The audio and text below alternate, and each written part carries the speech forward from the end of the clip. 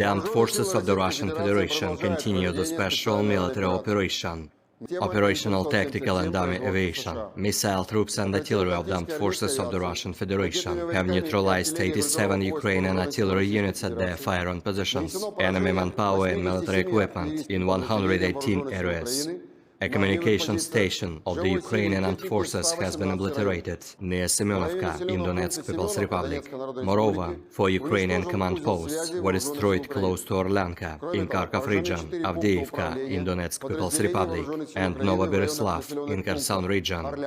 8 Ukrainian unmanned aerial vehicles were shot down by Russian air defense systems and small arms close to Chervonopopovka, Kovalyovka in Lugansk People's Republic, Zelený Gay, Leninskoye in Donetsk People's Republic, and Removka in Zaporozhye region. In addition, 6 HIMARS MLRS projectiles have been intercepted over the past 24 hours.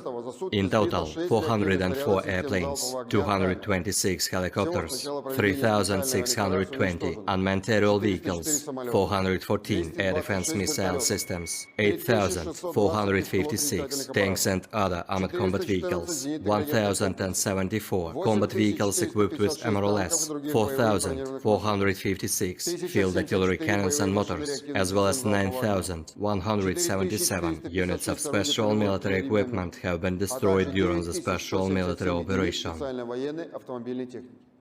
The other side, Ukraine Defense Ministry in a statement said Russia lost 610 servicemen in a single day, including 7 tanks, 1 jet fighter as well as 6 artillery units and 1 special equipment.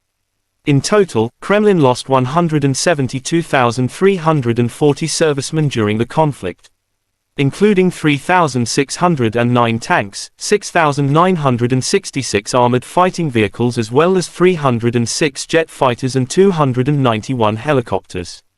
Russia and Ukraine conflict lasts for 399 days. There is still no peace talk agreement between two sides. Ukrainian side also shows footage of special forces destroyed 2 counter-battery warfare radars with the help of a drone. President Ukraine Volodymyr Zelensky swears to repel Russia occupiers. Ukraine has not wasted a single week during the full-scale war. We are constantly strengthening our state, our defense and security forces, our confidence in advancing towards victory, Zelensky said on March 29.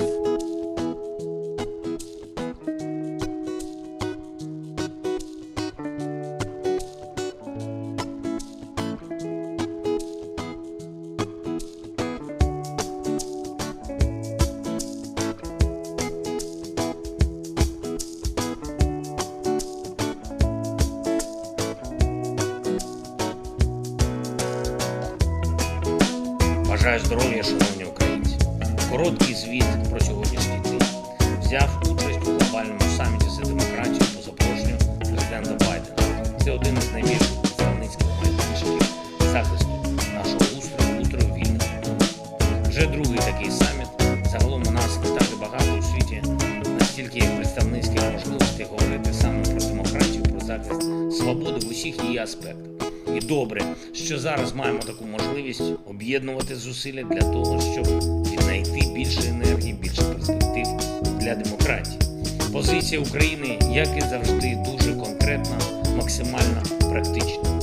І в майже усіх промовах лідерів на саміті були влучні слова підтримки нашої держави, наших людей. Я дякую за це кожному лідеру, кожному народу, який відчуває, так само, як і ми, що цінності свободи, партії найпотужнішого захисту. Зараз завдяки українській сміливості, завдяки лідерству Сполучених Штатів, президента Байдена, завдяки Конгресу Сполучених Штатів. Terima kasih sudah nonton.